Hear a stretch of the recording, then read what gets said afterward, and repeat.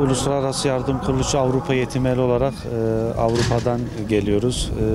Avrupa Yetim Eli Genel Başkan Yardımcısı Serdar Şişman. Avrupa'dan şu anda biz Elazığ merkezde bulunmaktayız. Avrupa'dan hayır sahiplerinin verdiği gıda kolilerini Ramazan öncesi hayır yardıma muhtaç olan ailelere dağıtmayı düşünüyoruz inşallah. Ramazan'da tabii ki insanlara rahat bir iftar açması için en azından hayır sahipleriyle mağdurların, muhtaç olan ailelere bir köprü olmak istiyoruz Allah'ın izniyle. Elazığ merkezde ailelerimizi tespit ettik, yardıma muhtaç olan ailelerimizi. İnşallah gidip gıda kolilerimizi dağıtıp bunun yanı sıra Türkiye'de kestiğimiz kurban etlerini, kırmızı eti yine Ramazan öncesi yardıma muhtaç ailelere vereceğiz inşallah et olarak.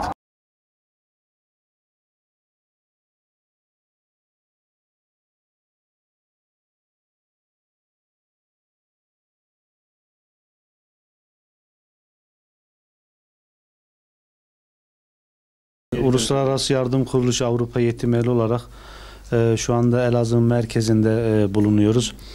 Burada ihtiyaç sahibi aileye geldik. Gıda kolisi ve burada Türkiye'de kestiğimiz kurban etlerini getirdik.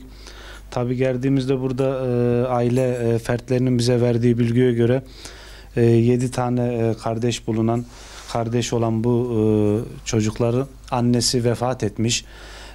Babaları da cezaevinde. Tabii yardıma muhtaçlar inşallah. Kendileri yengesi bakıyor, abisi bakıyor burada. Çok zor durumda olduklarını öğrendik.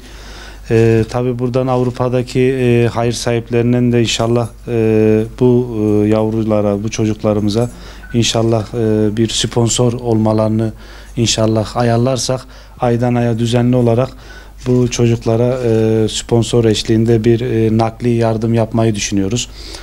Avrupa Yetim Eli olarak Elazığ merkezde yardımlarımız devam edecek ama bu ailenin daha zor durumda olduğunu öğrendik, daha sıkıntılı olduğunu öğrendik. Yengeleri tarafından bakılıyor. Allah yar ve yardımcıları olsun. Çok zor durumdalar.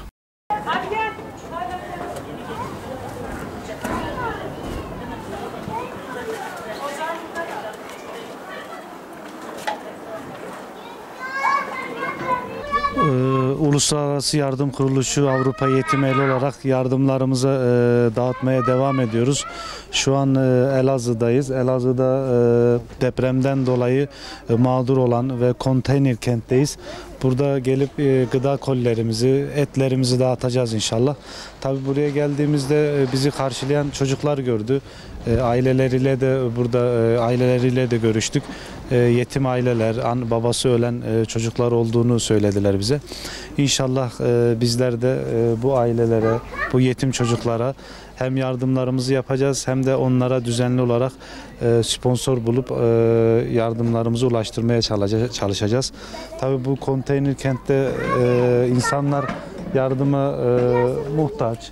Bayağı Ramazan'dan önce gıda kolisi ihtiyacı oldukları gözleniyor. Biz de buraya geldik Allah'ın izniyle. Avrupa'daki hayır sahiplerinin yardımlarını, gıda paketlerini, Türkiye'de kestiğimiz etleri buradaki yardıma muhtaç olan insanlara ulaştırıp en azından Ramazan'da hayırlı, güzel bir iftarlarını yapmalarına vesile olmayı Rabbim bizlere nasip etti. İnşallah yardımlarımız, gıda paketlerimiz tüm hızıyla devam edecek Allah'ın izniyle.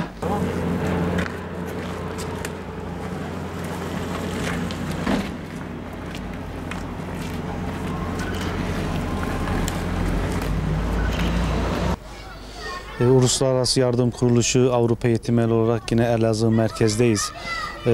Burada bir ailenin yanına geldik. Bu ailenin şöyle bir hikayesi var. Bu aileden iki kardeş Tunceli'ye çalışmaya gittiğinde orada Munzur çayında, gölünde suya kapılıp vefat ediyorlar. O arkadaşlarımız bu ailenin bize yardım başvurusunda bulunduğunu söylediler. Biz de bu aileye inşallah gelip gıda paketi yardımında bulunacağız. Ayrıca bu ailenin de yetim çocukları var inşallah. Tekrardan iki kardeşe Allah rahmet eylesin diyoruz. Rabbim mekanlarını cennet eylesin inşallah. Geride kalan ailesine de sabırlar versin diyoruz. İnşallah bu aileye şimdi gıda paketi yardımımızı götürüyoruz.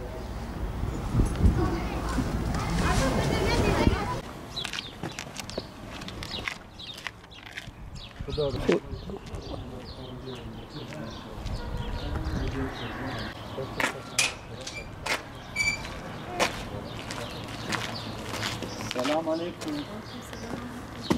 Selamünaleyküm. Şöyle öpeyim sen. Nasılsın? İyi misin?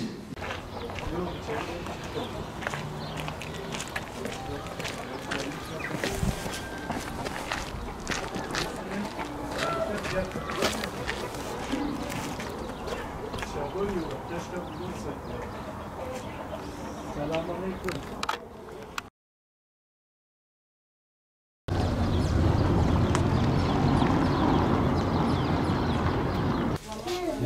Yani özellikle biz Elazığ Kovancılar'da 7 çocuklu bir ailenin yanındayız. 7 tane yetim çocuklu bir aile. Biz bu eve geldik. Bu evde 21. yüzyılda hala bu evde halının olmadığını, bu evde perdelerin olmadığını, kapıların doğru düzgün olmadığını, tavanların ahşap olduğunu gördük. Burada hayırseverlerin bize ulaştırdığı gıda kolilerini getirip teslim ettik ve 7 tane yetim çocuk olduğunu öğrendik. Tabii ki burada bu evin mutfağını gördük. Mutfağında hala geçmişten bizim derneğimizin yaptığı yardımlarla idare edildiğini gördük ve bu sırada evin de kira olduğunu öğrendik bu evin. Mutfağında hiçbir şey yok, perdeleri yok. Yani 21. yüzyılda hala bu Müslümanların konfor içinde yaşadığı bir durumda hala böyle sıkıntılı ailelerin olduğunu gözetledik. Avrupa Yetim Eli olarak tabii ki bu duygularımızı hayır sahiplerine ileteceğiz inşallah. Böyle ailelerin elimizden geldiği kadarıyla yardımlarımızı ulaştırıp bir nebze olsun hayır sahipleriyle mağdurların arasında köprü olup İnşallah ihtiyaçlarını gidermek için mücadele vereceğiz Allah'ın izniyle. Biz buraya geldiğimizde şok olduk tabii perdeleri görmeyince, koltukları görmeyince. 21. yüzyılda Müslümanların her sene perde, mobilya değiştirdiklerine şahit oluyoruz. Biz de buradan Avrupa Yetim Eli olarak Müslüman kardeşlere, hayırseverlere sesleniyoruz. Gelin her sene mobilyalarınızı, perdelerinizi değiştireceğine bu kardeşlerimize, bu mağdur aileye, bu yetimlere perde veya mobilyaları ihtiyaçlarını gidermeye çalışalım inşallah. Allah hayır sahiplerinden razı olsun. Gerçekten gelip burada gözlerimizle görmek bu tabloyu bizi duygulandırdı.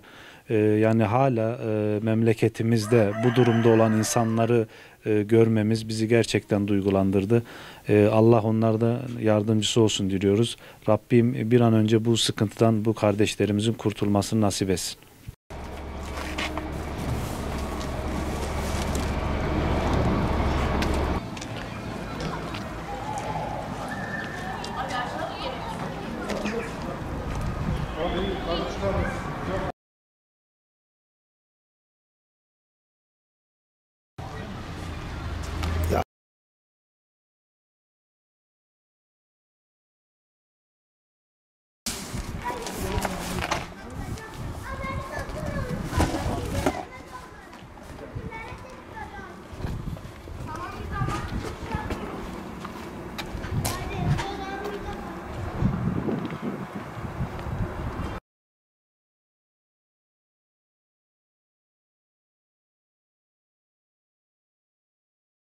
Getirdik size. Avrupa Yetim Eli.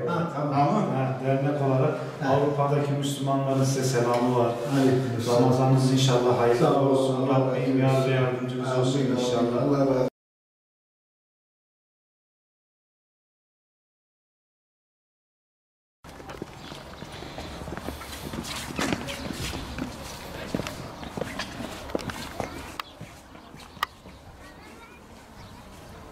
Uluslararası Yardım Kuruluşu Avrupa Yetim Eli olarak yardımlarımızı, gıda kolilerimizi dağıtmaya başladık. İlk başta Elazığ merkezde dağıttığımız gıda kolilerini daha sonradan Kovancılar'a geldik. Kovancılar'da hayır mağdurlara, mazlumlara gıda kolilerini dağıttık. En sonunda şu Elazığ Palo'da geldik, gıda kolilerimizi dağıttık. Tabii bizler daha öncelerden yurt dışında faaliyetlerde bulunduk. Afrika, diğer ülkelere de ziyaretlerimiz olmuştu.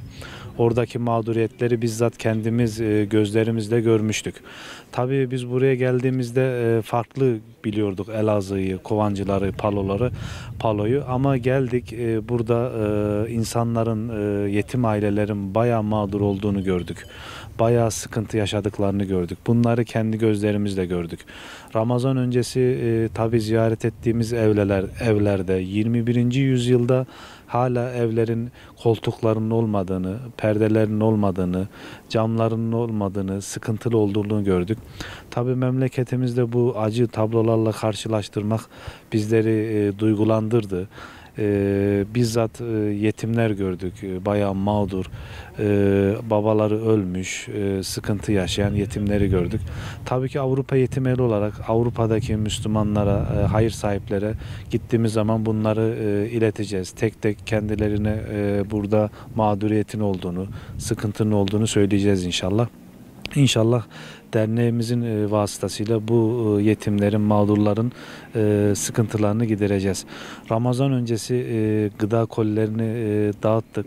En azından bir nebze olsa sıkıntılı olan, mağdur olan ailelere Ramazan önce rahat bir şekilde iftarlarını açmalarını, sahurlarını yapmaları için gıda paketlerini dağıttık. Gıda paketi çalışmalarımız devam edecek. Daha kapsamlı bir şekilde yarın ve diğer günlerde tekrardan gıda kolilerini dağıtmaya devam edeceğiz inşallah.